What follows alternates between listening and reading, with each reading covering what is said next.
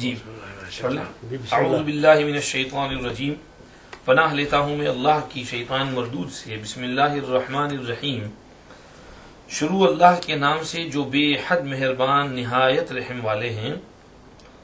یوم تشہد علیہم ان الذین یرمون المحصنات الغافلات المؤمنات لعنوا فی الدنیا والآخرۃ ولہم عذاب عظیم، بے شک جو لوگ تہمت لگاتے ہیں پاک دامن بے خبر عورتوں پر، ایمان والی عورتوں پر، ان پر لعنت کی گئی دنیا میں اور آخرت میں، اور ان کے لیے دردناک عذاب ہے، عظیم عذاب ہے۔ یوم تشہد علیہم السنتہم وایدیہم وارجلہم بما کانوا یعملون، جس دن ان کے خلاف گواہی دیں گی ان کی زبانیں، ان کے ہاتھ، ان کے پاؤں، جو کچھ وہ کرتے تھے۔ یومئذ یوفیہم اللہ دینہم الحق وَيَعْلَمُونَ أَنَّ اللَّهَ هُوَ الْحَقُّ الْمُبِينُ، اس دن اللہ انہیں ان کا پورا بدلہ ٹھیک دے دیں گے، اور وہ بھی جان لیں گے کہ اللہ ہی برحق ہیں اور وہی ہر بات کو واضح کرنے والے ہیں۔ الخبیثات للخبیثین والخبیثون للخبیثات والطیبات للطیبین والطیبون للطیبات اولئک مبرؤون مما یقولون لہم مغفرۃ ورزق کریم، گندی عورتیں گندے مردوں کے لیے ہیں اور گندے مرد گندی عورتوں کے لیے ہیں، اور پاک صاف ستھری عورتیں ستھرے مردوں کے لیے ہیں، اور صاف ستھرے مرد صاف ستھری عورتوں کے لیے ہیں۔ یہ لوگ بالکل بری اور بے تعلق ہیں ان باتوں سے جو وہ کہتے ہیں۔ لہم مغفرۃ ورزق کریم، ان کے لیے بخشش ہے اور عزت والی روزی ہے۔ یہ مضمون ہم نے پچھلے ہفتے پڑھ لیا تھا، حضرت عائشہ رضی اللہ عنہا وارضاہا پر تہمت کا مضمون چل رہا ہے۔ اللہ پاک نے اس میں وعید سنائی کہ اس طرح کبھی بھی کسی پاک دامن بے خبر عورت پر، ایمان والی عورت پر تہمت نہ لگانا، ورنہ لعنت پڑے گی۔ لعنت کہتے ہیں اللہ کی رحمت سے دور کر دینا، اللہ کی رحمت سے ہٹا دینا، دور کر دینا۔ اب اللہ کی رحمت ہماری طرف متوجہ نہ ہو تو بتاؤ ہمارا کون سہارا بن سکے گا؟ ہم اللہ کی رحمت کے محتاج ہیں۔ خدا نہ خواستہ ہماری کسی حرکت پر اللہ ناراض ہو جائے اور رحمت سے ہمیں دور کر دے تو ہمارا تو بڑا خسارہ ہو جائے گا، نقصان میں پڑ جائیں گے۔ اس لیے فرمایا کہ کوئی بھی ایسی حرکت نہ کرو کہ اس پر لعنت پڑے۔ اگر کسی پاک دامن بے خبر عورت پر تم نے تہمت لگائی تو یہ اسباب لعنت میں سے ہے، اور بھی بہت سے اسباب ہیں لعنت کے۔ اللہ پاک نے دوسری جگہ کہا ان الذین یکتمون ما انزلنا من البینات والہدی من بعد ما بیناہ للناس فی الکتاب اولئک یلعنہم اللہ ویلعنہم اللاعنون، جو لوگ ہماری اتاری ہوئی باتوں کو چھپاتے ہیں، یعنی علم اور ہدایت کو، اور لوگوں کو بتاتے نہیں ہیں، چھپا کر رکھتے ہیں۔ یہود کی طرف اشارہ ہے جو تورات میں حضور کے اوصاف چھپاتے تھے، حق بات کو چھپاتے تھے۔ فرمایا ان پر اللہ کی بھی لعنت، فرشتوں کی بھی لعنت، لعنت کرنے والوں کی بھی لعنت۔ ایک اور جگہ فرمایا ان الذین یؤذون اللہ ورسولہ لعنہم اللہ فی الدنیا والآخرہ وأعد لهم عذابا مہینا، جو لوگ اللہ رسول کو ستاتے ہیں ان پر بھی اللہ کی لعنت جاتی ہے دنیا میں، اور ان کے لیے دردناک عذاب تیار ہے۔ والذین یؤذون المؤمنین والمؤمنات بغیر ما اکتسبوا فقد احتملوا بہتانا واثما مبینا، جو ایمان والے مرد اور ایمان والی عورتوں کو ستاتے ہیں ایسی تہمتیں اور الزام دے کر جو انہوں نے کیا نہیں ہے، تو انہوں نے اپنے اوپر بڑا بہتان اور بہت بھاری جھوٹ اٹھا لیا ہے اپنے کندھوں پر، اور اس جھوٹ کو اٹھا کر وہ قیامت کے دن نہیں آ سکیں گے۔ حدیثوں میں آتا ہے قیامت کے دن بعض آدمی آئیں گے، ان کے سروں پر اتنا بھاری بوجھ ہوگا کہ پہاڑوں جیسا، اور وہ اٹھائے گرے ہوئے چلے آ رہے ہوں گے۔ یہ وہ باتیں ہوں گی جو ان کی زبان سے نکلی تھیں اور لوگوں پر تہمتیں لگائی تھیں، اس کا بوجھ ان کے کندھوں اور سروں پر ہوگا۔ تو اس کو کہا کہ اللہ کی لعنت ان کے اوپر جاتی ہے۔ اور جگہوں پر بھی لعنت اللہ علی الکاذبین، لعنت اللہ علی الفاسقین، اور اس طرح سمجھیے کہ قرآن میں الفاظ آتے ہیں، احادیث میں بھی بعض الفاظ پر لعنت آتی ہے، بعض اوصاف پر۔ جیسے آپ صلی اللہ علیہ وسلم نے فرمایا لعن اللہ الواشمات والمستوشمات والنامصات والمتنمصات والمتفلجات للحسن المغیرات خلق اللہ، اللہ کی لعنت جاتی ہے ٹیٹوز گدوانے والی پر اور گودنے والی پر، اور پلکوں کو نوچنے والی پر اور نوچوانے والی پر، اور دانتوں کو فائل کر کے ان میں سپیس بنانے والی اور جوان بننے والیوں پر، جو حسین بننے کے لیے ایسا کرتی ہیں اور اللہ کی بناوٹ کو چینج کرتی ہیں۔ تو وہاں معلوم ہوا ٹیٹوز بنوانا بھی درست نہیں، اور یہ جو آئی براؤز اور آئی لیشز اللہ نے بنائی ہیں قدرتی، ان کو ویسا ہی رہنے دینا ضروری ہے۔ ان کی شیپ بنانا طرح طرح کی یہ منع ہے، جیسا اللہ نے بنایا اس پر خوش رہو۔ ان کو بناوٹ کرنا یہ علامت ہے کہ آپ اللہ پر غصے ہیں کہ اللہ نے مجھے ایسا کیوں بنایا، مجھے تو ایسا بننا ہے۔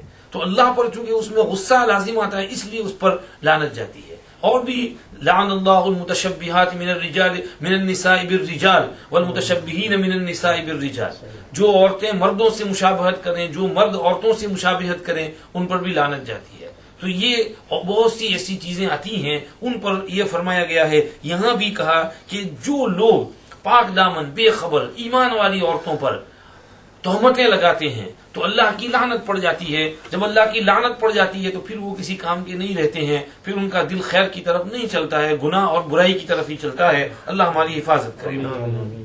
آگے یوم تشہد علیہم السنتہم، یہ ہم نے سنایا تھا قیامت کے دن کچھ لوگ جو ہیں ڈھٹائی سے اللہ کے سامنے سینہ تانیں گے، دادا گیری کریں گے کہ ہمیں یہ کرامن کاتبین کا بھی بھروسہ نہیں، اور اعمال نامے بھی میرے نہیں کسی اور کے ہیں، اور میں یہ سب قبول نہیں کرتا ہوں، یہ گناہ میرے نہیں ہے، مجھے کیوں جہنم میں پھینکا جا رہا۔ اللہ کہتے ہیں اچھا میرے حافظات جھوٹ بولیں گے، یہ دفتر جھوٹ بول رہے ہیں، چل تو نہیں مانتا ہے تو ہم تجھ کو تیری اندر سے گواہ دیتے ہیں۔ وہ سوچتا ہے میری اندر سے کون گواہی دے گا؟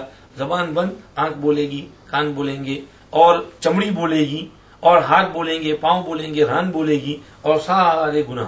پھر جب اس کی یہ زبان چھوڑی جائے گی، وہ مارے گا کہ یہ کیا کیا تم نے، میں تمہیں بچانے کی کوشش کر رہا تھا۔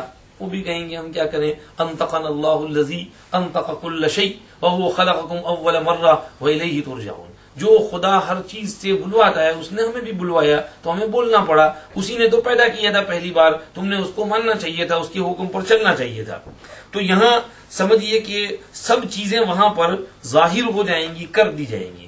اسی لیے شاعر یہاں پر کہتا ہے، عربی شعر قرطبی نے نقل کیا ہے، العمر ينقص والذنوب تزيد، العمر ينقص والذنوب تزيد وتقال عثرات الفتى فيعود، وتقال عثرات الفتى فيعود۔ عمر گھٹتی جا رہی ہے اور گناہ بڑھتے جا رہے ہیں، عمر گھٹتی جا رہی ہے اور گناہ بڑھتے جا رہے ہیں، اور جوان کی لغزشیں اور گناہ اللہ معاف کرتے ہیں، لیکن وہ پھر دوبارہ لوٹتا ہے گناہ کی طرف، معاف کرتے ہیں پھر لوٹتا ہے، معاف کرتے ہیں پھر لوٹتا ہے۔ عجیب حالت ہے بندے کی۔ اسی لیے وہاں اعیان الحجاج میں لکھا ہے، ایک بزرگ حج میں گئے ہوئے تھے، طواف کر رہے تھے، تو انہوں نے دیکھا کہ ایک خاتون جو ہے بیت اللہ کے سامنے بڑے درد کے ساتھ دعا مانگ رہی ہے، اور اس میں کہہ رہی ہے، ہائے افسوس، اے خدا، کیا تیرے پاس جہنم کی آگ کے علاوہ کوئی اور چیز نہیں تھی سزا دینے کے لیے کہ تو نے آگ کی دھمکی سنانی پڑی؟ ہائے میرا کیا ہوگا۔ جوانی کے جوش میں اور اس جنون میں بہت سے گناہ ہم نے کر لیے، اس کی لذتیں تو ختم ہو گئی، مگر ان گناہوں کا وبال ہمارے کندھوں اور سروں پر رہ گیا۔ اب کیا ہوگا؟ اللہ خدا تو معاف کر، تو رحم کر ہمارے اوپر۔ یہ کہتے ہیں میں تو اس کی دعا ہی سنتا رہا۔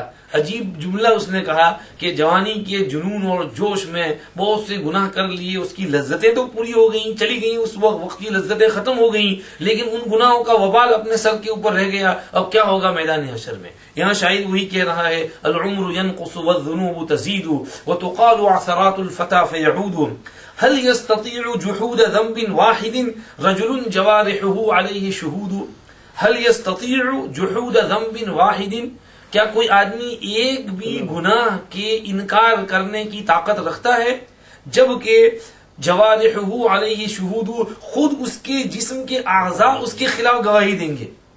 تو اب آدمی جو ہے گناہ کرنے کے لیے کالی رات میں اندھیرے میں چھپ جاوے، کمرے میں چھپ جاوے، سیلر بیسمنٹ میں چھپ جاوے اور چھپ کر کے گناہ کر لے، اپنے گھر والوں سے، فیملی سے، بیوی سے، بھائی بہنوں سے، ماں باپ سے چھپ جاوے، سوسائٹی سے چھپ جاوے، جنات سے چھپ جائے، فرشتوں سے چھپ جائے، لیکن اپنے جسم سے کیسے چھپے گا؟ جسم کو تو پتہ ہی ہے وہ گناہ ہو رہا ہے، اور یہ جسم ہی پھر وہاں بولے گا۔ تو آدمی گناہ کیوں کرے جب اس کو پتا ہے کہ میرا جسم بھی ہو سکتا ہے میرے خلاف گواہ بن جائے اور میرے خلاف بولنے لگے. اس لیے کہہ رہی ہیں رجل جوارحہ علیہ شہود. آگے کہتے ہیں والمرء يسأل عن سنیہ فیشتہی والمرء يسأل عن سنیہ فیشتہی تقلیلہا وعن الممات یحید. تقلیلہا وعن الممات یحید. انسان کو اس کی عمر پوچھی جاتی ہے کہ آپ کی عمر کیا ہے تو وہ خواہش کرتا ہے کہ میں اپنی عمر کم بتاؤں.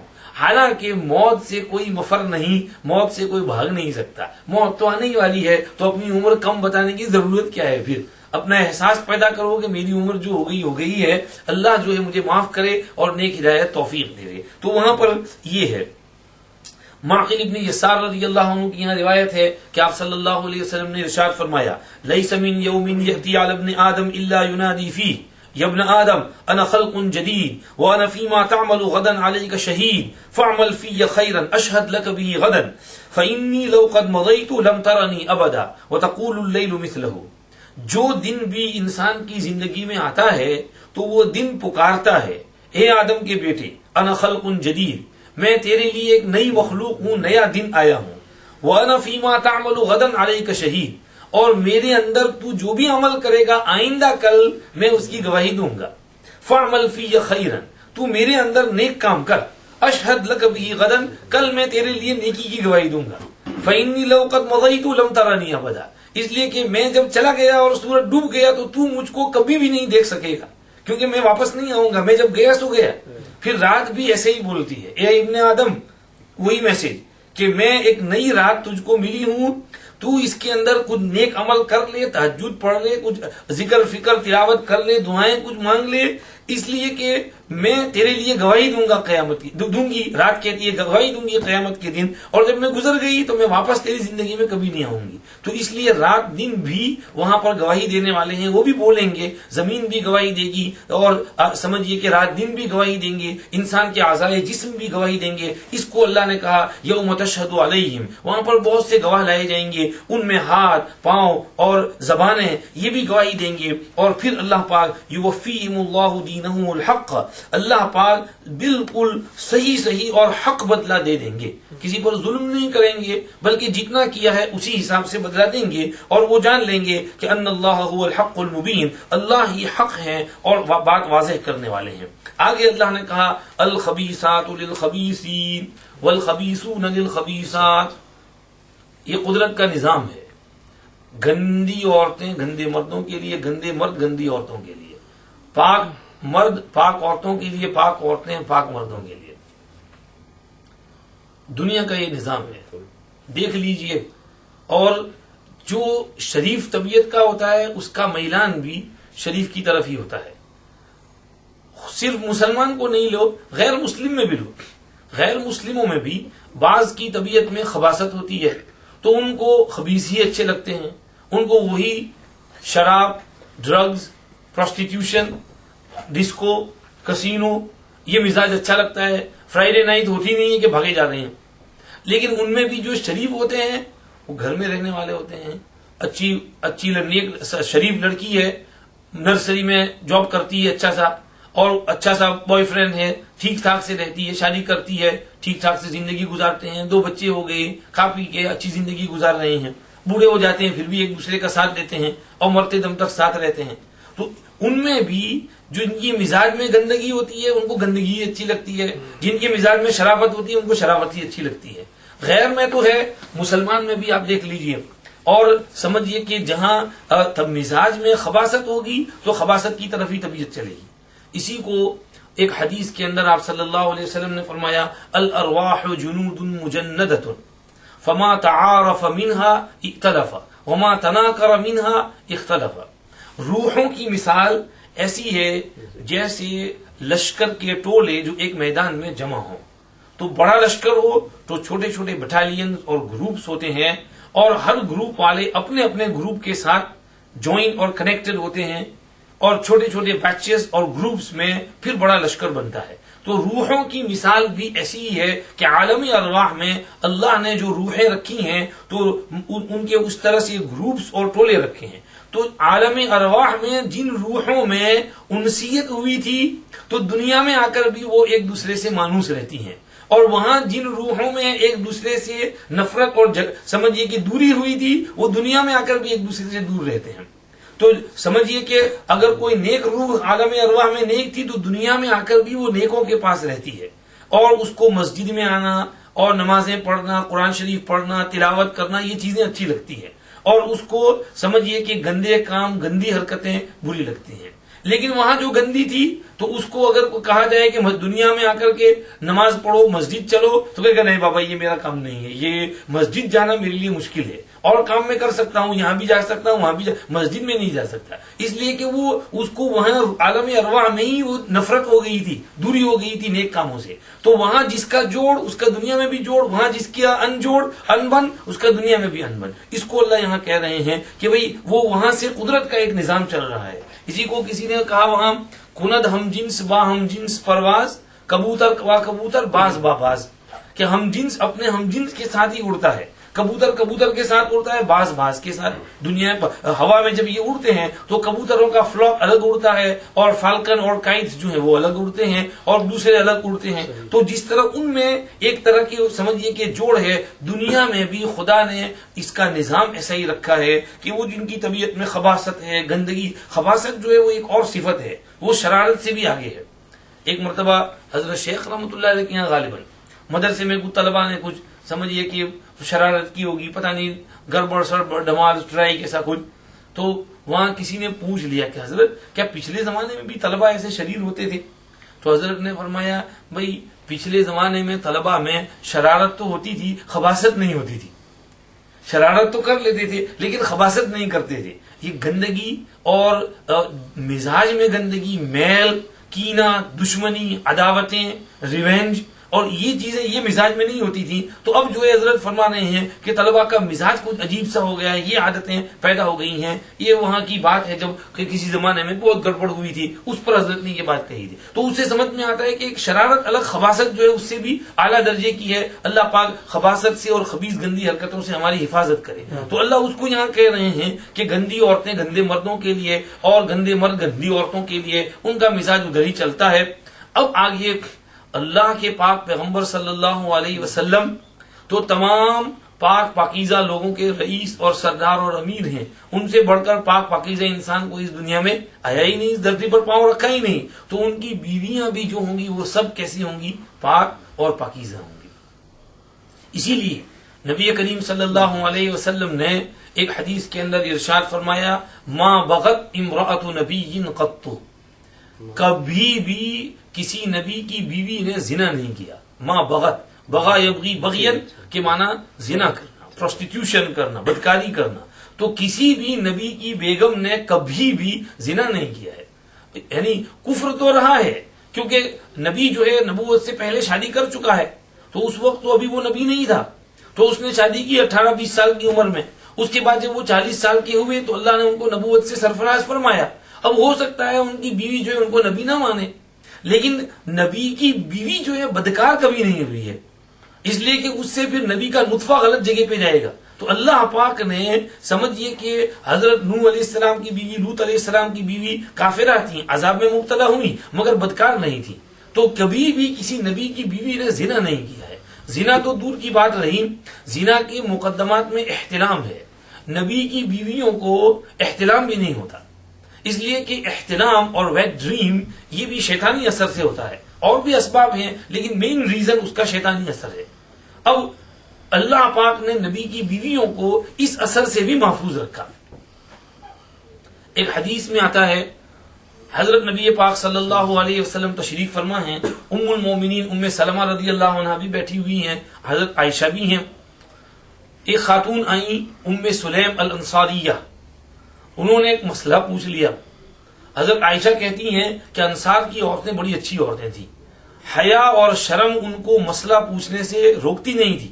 شرم کے مارے چپ رہ جائیں ایسا نہیں، پوچھ لیتی تھی. دینی مسئلے میں جو بات ہو صاف پوچھ لیتی تھی، کیونکہ مسئلہ ہے تو پوچھنا ضروری ہے. انہوں نے پوچھ لیا کہ یا رسول اللہ، هل على المرأة غسل اذا هي احتلمت، اگر عورت کو احتلام ہو جائے تو اس کو غسل کرنا پڑے گا؟ ابھی تو انہوں نے اتنا پوچھا تھا کہ ام سلمہ اور حضرت عائشہ نے اپنے منہ کو چھپا لیا، او تحترم المرأة، عورت کو بھی احتلام ہوتا ہے؟ تو آپ صلی اللہ علیہ وسلم نے فرمایا تریبت یدا کہ وغلت، تیرے ہاتھ مٹی میں مل جائیں، کیا عورت کو احتلام نہیں ہوتا؟ بچہ جو پیدا ہوتا ہے وہ منی سے پیدا ہوتا ہے، اور مرد کی منی عورت کی منی کا اختلاط مکسچر ہوتا ہے، اس سے تولد ہوتا ہے۔ اور حضور نے منی کی بھی تشریح فرمائی، ماء الرجل رقیق اصفر وما ماء الرجل رقیق ابیض وماء المرأة غلیظ اصفر فمن ایہما سبق وعلا تکون الشبہ او کما قال علیہ السلام۔ مرد کی منی جو ہے وہ پتلی اور نہیں، مرد کی منی جو ہے وہ گاڑھی اور سفید ہوتی ہے، اور عورت کی منی پتلی اور پیلی ہوتی ہے، اور سمجھیے کہ ان میں سے جو غالب آ جائے اس سے تولد ہوتا ہے۔ تو اس سے حضور نے وہاں بیان فرمایا کہ عورت کو بھی منی ہوتی ہے تو اس کو بھی احتلام ہوتا ہے۔ فرق اتنا ہے کہ عورت کے مزاج میں برودت اور رطوبت زیادہ ہے، جبکہ مرد کے مزاج میں میں نے الٹا بول دیا، مرد کے مزاج میں تری زیادہ ہے، رطوبت زیادہ ہے اور حرارت زیادہ ہے، اور عورت کے مزاج میں خشکی ہے اور برودت ہے، سردی ہے۔ تو اس لیے مرد کو احتلام زیادہ ہوتا ہے اور عورت کو احتلام کم ہوتا ہے۔ گاہے گاہے کبھی کبھار عورتوں کو ہوتا ہے، لیکن مردوں کو زیادہ ہوتا ہے احتلام بنسبت عورتوں کے۔ تو حضور نے وہاں پر یہ مسئلہ بیان کیا اور بتایا کہ ہاں عورت کو بھی اگر احتلام ہو گیا اور اس کو بھی اس طرح منی نکل آئی اور تو اس کو بھی اٹھنے کے بعد غسل کرنا ضروری ہوگا، یہ ارشاد فرمائے۔ تو اس وہاں پر شرح محدثین لکھتے ہیں کہ پیغمبر کی بیویاں جو ہیں انہوں نے اپنا منہ چھپا لیا اور شرم کے مارے کہنے لگی کہ ہائی عورت کو بھی احترام ہوتا ہے، اس لیے کہ ان کو کبھی احترام ہوا ہی نہیں تھا، اس لیے وہ بیچاری شرما گئیں اور یہ بول اٹھی۔ تو اللہ پاک نے پیغمبر کی بیویوں کی حفاظت فرمائی تھی، ان کو کبھی اس احترام سے سابقہ پڑھنے نہیں دیا تھا۔ بہرحال تو یہ سمجھیے کہ اللہ کی طرف سے ان کی قدرتی حفاظت اور سمجھیے کہ یہ مضمون ہے۔ تو پیغمبر بھی پاک صاحب اور اس کی بیویاں بھی پاک صاحب، بلکہ نبی کریم صلی اللہ علیہ وسلم کا جو پیچھے نسب نامہ ہے وہ نسب نامہ بھی پورا پاک صاف۔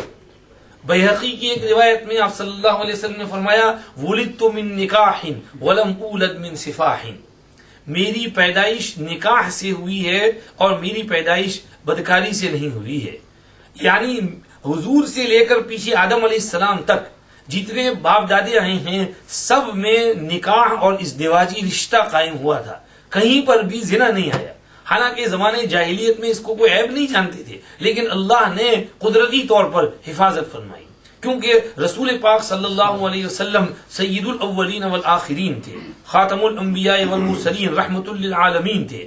آپ کو اللہ نے آدم علیہ السلام کی پشت میں رکھا اور وہاں سے پھر آپ کو منتقل کیا شیث علیہ السلام تک، ادریس علیہ السلام، نوح علیہ السلام، پھر ابراہیم علیہ السلام، پھر اسماعیل علیہ السلام۔ تو جتنی پشتیں آئیں تو ہر جگہ منتقل ہوتے ہوتے حضور جہاں تک کی ولادت ہوئی تو نکاح سے آئے ہیں، پوری لینیج کی اللہ نے حفاظت فرمائی ہے۔ تو یہ یہاں پر ہے کہ پاک پاکیزہ صاف ستھرے مرد صاف ستھری عورتوں کے لیے، صاف ستھرے مرد صاف ستھرے مردوں اور عورتوں کے لیے ہیں۔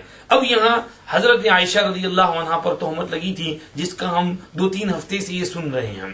حضرت عائشہ رضی اللہ عنہا اس آیت کی روح سے کیا ہوئی؟ پاک اور صاف ستھری ہوئی۔ نعوذ باللہ اگر حضرت عائشہ رضی اللہ عنہ کو بدکاری کرتی تو اس سے صرف ان کی ذات پر نہیں حضور کی ذات پر بھی دھبا لگتا اور حضور پر بھی اعتراض لازم آتا کہ یہ سمجھیے کہ کیا ہے حضور پر۔ تو اس لیے اللہ پاک نے عائشہ کو پاک صاف رکھا۔ حضرت عائشہ سے ایسی کوئی حرکت نہیں ہوئی تھی، جیسے ہم 2-3 ہفتوں سے بہت زور سے سمجھا رہے ہیں۔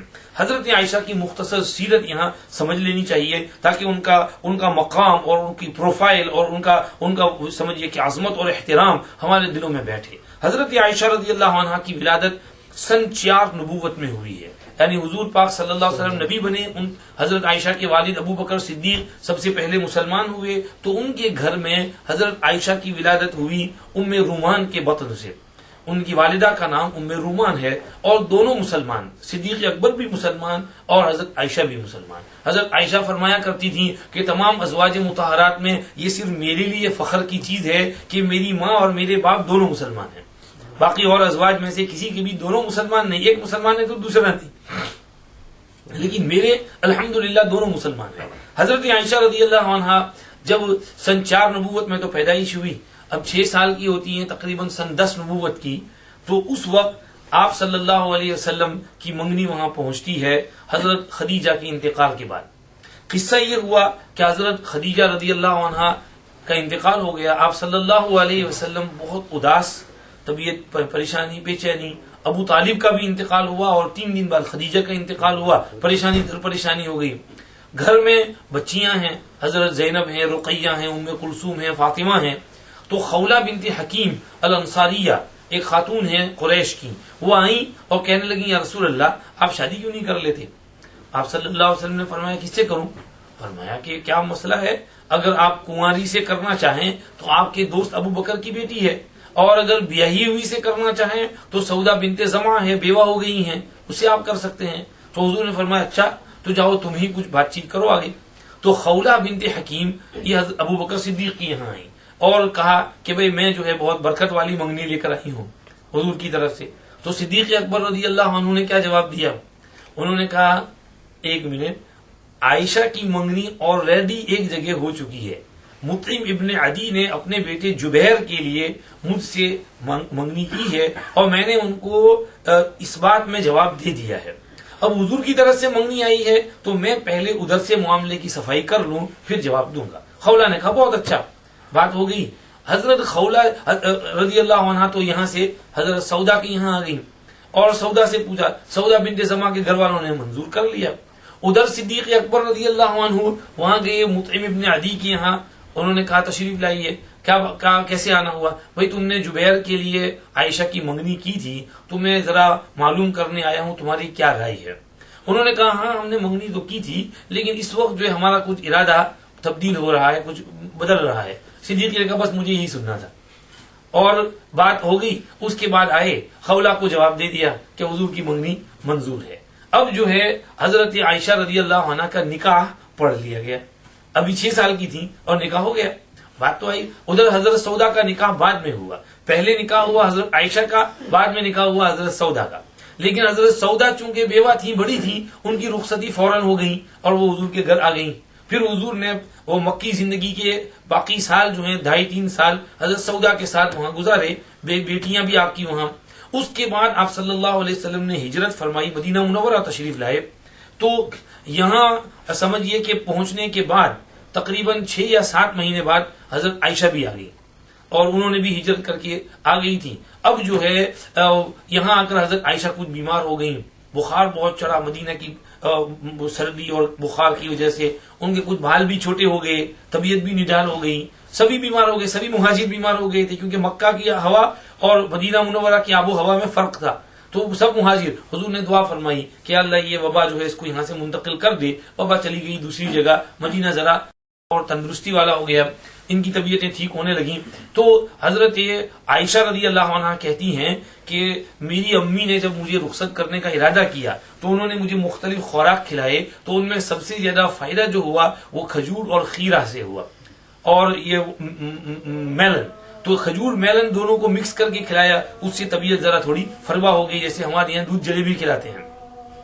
جب حضرت عائشہ رضی اللہ عنہ صحت مند تندرست ہو گئیں، اب جو ہے ارادہ ہوا تو صدیق اکبر رضی اللہ عنہ ایک دن آپ صلی اللہ علیہ وسلم سے کہنے لگے کہ یا رسول اللہ آپ اپنی اہلیہ کو گھر کیوں نہیں بلا لیتے؟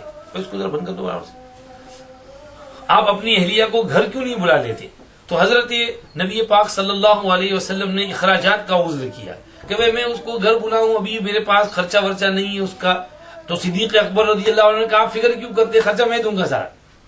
حضور نے فرمایا بہت اچھا۔ صدیق اکبر رضی اللہ عنہ نے رہائش کے لیے تھوڑا بندوبست کیا اور وہاں پر جو ہے تھوڑا جو گھریلو ضروریات ہیں، پلنگ ہے، برتن ہے، کپڑا ہے، یہ چیزیں جو ہے مہیا کر دی، اور پھر اپنی بیٹی کو آپ صلی اللہ علیہ وسلم کے یہاں بھیجا، رخصتی کی۔ حضرت عائشہ کہتی ہیں میں تو ابھی کم عمر تھی، اپنی سہیلیوں کے ساتھ سی سو پر کھیل رہی تھی کہ مجھے امی نے آواز دیا جاؤ، اور میں گیا تو انصار کی کچھ عورتیں وہاں تھیں، کہنے لگیں الخیر والبرکہ اور وعلی خیر طائر، کہ آ جاؤ خیر اور برکت کے اوپر اور ایسی خیر پر جو اڑ کر تمہارے پاس پہنچی ہے، بے مانگے اللہ نے خیر نصیب فرمائی ہے۔ پھر انہوں نے مجھے اچھی طرح نہلایا، تیار کیا، دلہن بنایا، اور اس کے بعد جو ہے آپ صلی اللہ علیہ وسلم تشریف لائے اور آپ خود تشریف لا کر مجھے سمجھیے کہ اپنے یہاں لے گئے۔ یہ حضرت عائشہ رضی اللہ عنہا کی رخصتی ہوئی۔ اب اس کے بعد کیا عمر تھی اس وقت حضرت عائشہ کی عمر 9 برس کی تھی۔ 9 برس؟ ہاں، شادی کے 3 سال بعد رخصتی ہوئی تو 9 برس کی تھی حضرت عائشہ رضی اللہ عنہا۔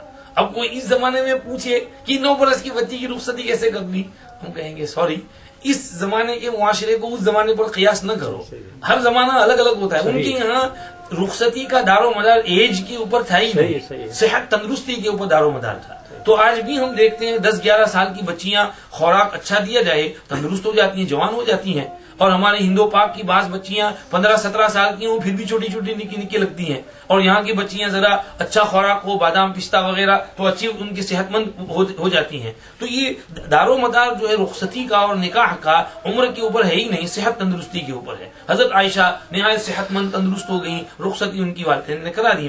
لوگ اشکال کرتے ہیں، میں صرف ایک بات پوچھتا ہوں، لوگوں نے اس دور میں نبی پر طرح طرح کے اشکال کیے، اگر یہ بھی کوئی قابل اشکال چیز ہوتی تو کیا اس دور کے لوگ چھوڑتے حضور کو؟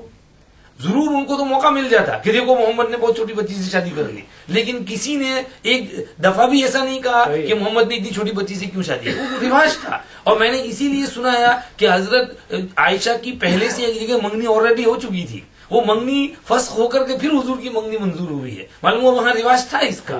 تو خود اس دور میں بھی آپ بعض علاقوں میں جاؤ جہاں ایج کا رواج نہیں ہے تو وہاں بچیوں کو بہت کم عمر میں 12-13 سال کی رخصت کر دیتے ہیں، بلکہ تورات میں تو کیا لکھا ہے پتا ہے؟ 7 سال۔ جس کی بیٹی 12 سال کی ہو گئی اور اس نے اس کی شادی نہ کرائی اور اس نے گناہ کر لیا تو وہ گناہ اس کے باپ پر جائے گا۔ 12 برس کی ہو جائے تو شادی کرا کے رخصت کرا دو، تورات میں لکھا ہے، تمہاری کتابوں میں لکھا ہے کہ 12 سال کی ہو جائے تو اس کی نکاح کراؤ اور رخصت کرا دو۔ تو مطلب یہ ہے کہ جب اس کی عمر پختہ ہو جائے تو شادی کرانے میں جلدی کرو، بچیوں کو 25, 30, 35 سال تک بٹھائے نہ رکھو۔ اب ہمارے معاشرے میں یہاں کا قانون ہے 16, 17, 18، چلو اس کا لحاظ کر لیا، جو 17, 18 کی ہو گئی اس کی شادی کراؤ اور جلدی سے اس کو رخصت کرو تاکہ وہ ہنسی خوشی جو ہے اپنا جیون شروع کر دے اور گزارنا شروع کر دے۔ یہ تو اس زمانے کی بات ہے، انڈیا میں 12-13 سال کی شادی ہوتی تھی۔ میری والدہ کی مرحومہ کی شادی جو ہے وہ 13 سال میں ہوئی۔ سبحان اللہ، یہ تو بہت ہی زندہ 13 سال اور 11 مہینے کی عمر میں پیدا ہوا تھا۔ سبحان اللہ، عام تھا وہاں پر، ان کی انوکھی نہیں تھی۔ بالکل بالکل، اس زمانے میں یہ عبداللہ ابن عمرو ابن العاص رضی اللہ عنہ، یہ عمرو ابن العاص کے بیٹے ہیں، عبداللہ یہ عمرو ابن العاص کے بیٹے ہیں۔ باپ بیٹوں کی عمر میں صرف 11 سال کا فرق ہے۔ عمرو ابن العاص 11 سال کے تھے اور باپ بن گئے تھے، ان کے یہاں لڑکا پیدا ہو گیا تھا، تو وہ تو وہاں تو رواج تھا۔ وہاں بخاری شریف میں ایک جگہ ہے ادرکت جدۃ لنا بنت 22 سنۃ، میں نے ہمارے یہاں ہمارے محلے میں ایک نانی دیکھی جو 22 برس کی تھی اور نانی بن گئی تھی، 22 برس کی تھی نانی بن گئی تھی۔ وہ 11 سال کی تھی، اس کے یہاں بچی پیدا ہوئی، اور وہ بچی 11 سال کی تھی، اس کے یہاں بچی پیدا ہوئی، تو یہ 22 سال کی عمر میں نانی بن گئی۔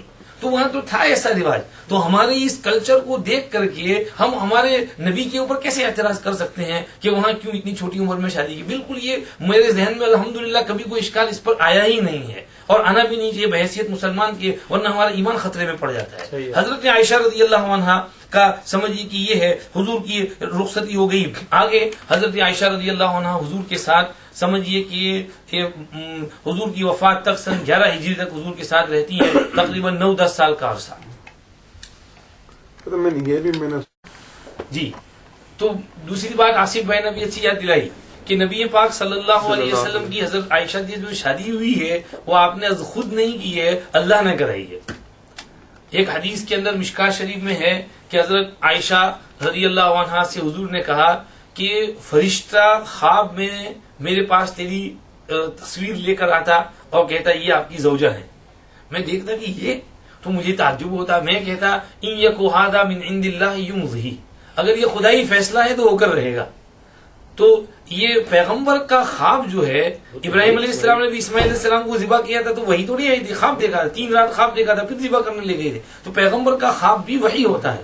تو حضور پاک صلی اللہ علیہ وسلم کو خواب میں یہ چیز بتائی گئی تھی اور حکم ہوا تھا کہ آپ ان سے شادی کرو. تو پیغمبر کے سارے کام اللہ کی طرف سے ہوتے ہیں. تو یہاں بھی حضور نے خود شادی نہیں کی، کرائی گئی تھی. اور جیسے کہ ہم نے بتایا حضرت عائشہ کی منگنی پہلے ہو چکی تھی. کوئی اشکال کی چیز ہوتی تو اس دور میں لوگ اشکال کرتے، کسی نے نہیں کیا. ہر زمانے میں ایسا مختلف معاشرہ ہوتا ہے، رواج ہوتا ہے، اس لیے کوئی اشکال کی چیز نہیں. بہرحال حضرت عائشہ رضی اللہ عنہا اپنی زندگی کا بہت اچھا خوبصورت خوشگوار سمجھیے کہ اوقات حضور کے ساتھ گزارتی ہیں. اور کیوں حضور کے ساتھ شادی کرائی گئی ہے؟ اس لیے کہ حضرت عائشہ رضی اللہ عنہا بہت خوش مزاج تھی، طبیعت ان کا نیچر بہت اچھا تھا. اور آپ صلی اللہ علیہ وسلم چاہے کتنے ہی پریشان ہوں، باہر سے سمجھیے کہ پریشانی کے حال میں آئے، حضرت عائشہ تھوڑی دل لگی کی بات کرتی تھی، سارا ٹینشن حضور کا ریلیز ہو جاتا تھا اور بہت سکون پہنچاتی تھی. حضور کو حضرت عائشہ سے بہت محبت بھی تھی صدیق کی وجہ سے. کبھی پوچھا گیا کہ یا رسول اللہ آپ کو سب سے زیادہ محبت کس سے ہے؟ تو حضور نے جواب دیا عائشہ سے. فرمایا مردوں میں؟ فرمایا اس کے ابا سے. تو عورتوں میں حضرت عائشہ سے سب سے زیادہ محبت ہے، مردوں میں اس کے ابا سے زیادہ محبت ہے. تو حضور پاک صلی اللہ علیہ وسلم کو حضرت عائشہ سے محبت بھی بہت تھی. تو یہ چیز ہے. آپ بعد میں حضرت نبی پاک صلی اللہ علیہ وسلم کی وفات سن 11 ہجری میں ہوتی ہے، ربیع الاول سن 11 میں. اس کے بعد حضرت عائشہ رضی اللہ عنہا تقریباً 48 ایئر زندہ رہتی ہیں. حضرت عائشہ کا انتقال 17 رمضان سن 58 ہجری میں ہے. 58 17 رمضان سن 58 ہجری میں. یہ جو 48 ایئرز ہیں حضرت عائشہ پوری زندگی خدمت دین میں صرف کر دیتی ہیں. ہر سال حج کے لیے جاتی ہیں، ہر سال. حضرت امیر المومنین عمر رضی اللہ عنہ کے قافلے میں امہات المومنین کو حج کے لیے بھیجتے تھے. اس کا ایک امیر ہوتا تھا عبد الرحمن ابن عوف، جب تک زندہ تھے وہ لے جاتے تھے، ان کی وفات کے بعد دوسرے لے جاتے تھے. ہر سال حج کرتی ہیں. وہاں ان کے بہت سے شاگرد ہیں. یہاں پر مدینے میں بہت سے شاگرد ان کے پاس پڑھنے آتے ہیں. حضرت عائشہ رضی اللہ عنہ سے 1/4 علم دین امت کو پہنچتا ہے. ان کی حدیثیں 2200 سے زیادہ حدیثیں ہیں، بڑی بڑی حدیثیں ہیں. تو یہ سب حضرت عائشہ رضی اللہ عنہا سے امت کو جو فیض پہنچا ہے یہ ہے. اس میں حکمتیں تھیں. اللہ پاک جانتے تھے کہ عائشہ سے نکاح کرانے میں کیا حکمت ہے. ہم نہیں جانتے، ہم کمزور نظر کوتاہ نظر ہیں. بہرحال حضرت عائشہ کے بارے میں فضائل بھی بہت. حضرت عطا کہتے تھے حضرت عائشہ کانت افقہ الناس واعلم الناس واحسن الناس رأیا فی العامہ. سب سے بڑی فقیہ تھی، سب سے بڑی علامہ تھیں اور عوام کے بارے میں رائے سب سے اچھی رکھتی ہیں. ہشام کہتے ہیں میں نے کسی کو نہیں دیکھا جو فقہ، طب، شعر شاعری میں عائشہ سے آگے بڑھ سکے. ابو موسیٰ الاشعری کہتے ہیں ہمارے یہاں کوئی بھی مشکل مسئلہ پیش آتا اور عائشہ سے پوچھتے تو وہاں نالج مل جاتی. عروہ سے کسی نے کہا بہت بڑے شاعر ہیں، انہوں نے کہا میرا شاعری کیا ہے، حضرت عائشہ کے یہاں کوئی بھی مسئلہ آتا فوراً اس پر وہ کوئی شعر کہہ دیتی ہیں. حضور نے فرمایا عائشہ کی فضیلت دوسری عورتوں پر ایسی ہے جیسے سرید کی فضیلت سارے کھانوں کے اوپر. حضور نے حضرت فاطمہ سے کہا کہ بیٹی تو اس سے محبت نہیں کرتی جس سے میں محبت کرتا ہوں. ام سلمہ سے کہا کہ عائشہ کو بارے میں مجھے مت ستا کیونکہ میں کسی بھی ام المومنین کسی بھی بیوی کے ساتھ سویا ہوں اور وحی آئے ایسا نہیں ہوا سوائے عائشہ کے، کہ بہت سی دفعہ میں عائشہ کے ساتھ لیٹ چکا ہوتا ہوں اور پھر جبریل آتے ہیں اور وحی پہنچاتے ہیں. تو عائشہ کی کوئی خاص بات ہے. حضرت عمر نے کہا انہا حبیبۃ رسول اللہ. ایک حدیث میں حضور نے کہا عائشہ زوجتی فی الجنہ، عائشہ میری بیوی ہے جنت کے اندر. ابن عباس نے ان کی وفات کے وقت کہا یا ام المؤمنین تقدمین علی فرط صدق. ام المؤمنین تم جا رہے ہو بہت اچھے نیک شوہر کے پاس جو آپ کے لیے آگے پہنچ گئے ہیں اور آپ کے لیے انتظار کر رہے ہیں. تو یہ سمجھیے حضرت عائشہ کے خصائص ہیں. اکیلی باقرہ تھیں، جبریل علیہ السلام کو دیکھا تھا، حضور کی سب سے محبوب تھیں، آسمان سے ان کی برات اتری تھی. ان کے دونوں والد مسلمان اور مہاجر، اور سمجھیے کہ آپ صلی اللہ علیہ وسلم کی بہت محبوب. انتقال بھی حضرت عائشہ کے گھر میں ہوا. ان کی گود میں ان کی لیپ میں سر رکھے ہوئے تھے اور ان کے سمجھیے چھاتی سے اور سمجھیے حضور کا سر مبارک لگا ہوا تھا اور حضور ان کے گھر میں دفن ہوئے. یہ سب حضرت عائشہ کے خصائص ہیں. تو اب کہاں تک آدمی جائے، بس یہ چیز ہے. Second hadith regarding taking permission 3 times. Imam Ibn Kathir rahmatullah alayhi narrates from Anas ibn Malik radiyallahu anhu that once Rasulullah sallallahu alayhi wasallam came to the house of Sa'd ibn Ubadah radiyallahu anhu and he said assalamu alaykum wa rahmatullah. So Sa'd heard the salam and he said wa alaykum assalam wa rahmatullah, but with a faint voice. So Rasulullah thought that nobody heard his salam. So he said second time, Assalamu alaikum wa rahmatullah. Again he said, Alaikum assalam wa rahmatullah. And the third time, Assalamu alaikum wa rahmatullah. And he again said, Alaikum assalam wa rahmatullah. So Rasulullah thought that nobody is inside, and he was just about to return, and Sa'd came rushing and held Rasulullah sallallahu alaihi wasallam. And he said, Ya Rasulullah, Ya Rasulullah, every time you made salam, I heard and I replied, but I wanted to increase your salam and rahmat, that dua which you were giving to us. That's why I replied quietly, please come. So Rasulullah sallallahu alaihi wasallam went inside and he sat down, and Sa'd ibn Ubadah radiallahu anhu brought some sultanas and placed it in front of Rasulullah sallallahu alaihi wasallam. So Rasulullah sallallahu alaihi wasallam ate some of the sultanas, and the others also ate with him. When they finished, Rasulullah sallallahu alaihi wasallam made this dua: "Akala ta'amukum al-abrar, wa sallat alaykum al-malaika, wa aftara indakum as-sa'imun." May the pious people eat your food, and may those who fast break their fast with you, and may the angels shower mercy and blessings upon you. He made this dua. So this hadith also proves that you must take permission, ask permission 3 times. Some other adab regarding taking permission. Number 2, Ibn Kathir mentions that second adab of when you approach the house of someone, then you must not stand in front of the door to ask permission. You must stand on the left side or the right side. This was the habit of Rasulullah sallallahu alaihi wasallam. Abu Dawud narrates from Abdullah ibn Bishr radiyallahu anhu, كان رسول الله صلى الله عليه وسلم إذا أتى باب قوم لم يستقبل الباب من تلقاء وجهه ولكن من ركنه الأيمن والأيسر ويقول أو الأيسر ويقول السلام عليكم السلام عليكم. That when Rasulullah sallallahu alaihi wasallam used to approach someone's house, he would not stand in front of the door or the parda. He would rather stand on the right side or the left side, and he would say Assalamu alaikum, Assalamu alaikum, and if he was given permission, he would go. Once a person came and he stood right in front of the door of Rasulullah sallallahu alaihi wasallam. Now we have to remember that during those days they did not have doors like we have. At many times they had only curtains, no door, only curtain covering the home. Sometimes the curtain would be open due to hot weather. Sometimes wind would blow the curtain away. So this person came and stood in front of that door, in front of the curtain. So Rasulullah sallallahu alaihi wasallam said to him, you must stand on the side, because إِنَّمَا جُعِلَ الْإِسْتِيذَانِ مِنْ أَجْلِ الْبَصَرِ. The order of seeking permission is because of the gaze. You have been told to take permission so that you don't look at something you shouldn't be looking at. So why do you stand right in front of the door? So stand on one side so that your gaze does not fall on any ghair mahram, na mahram, something or someone which you shouldn't be looking at.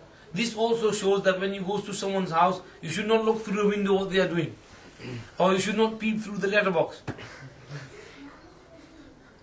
Once Rasulullah sallallahu alaihi wasallam was in the house, and someone started peeping from the kya kehte hain, darwaze ka phatan, a crack in the door, and started peeping inside.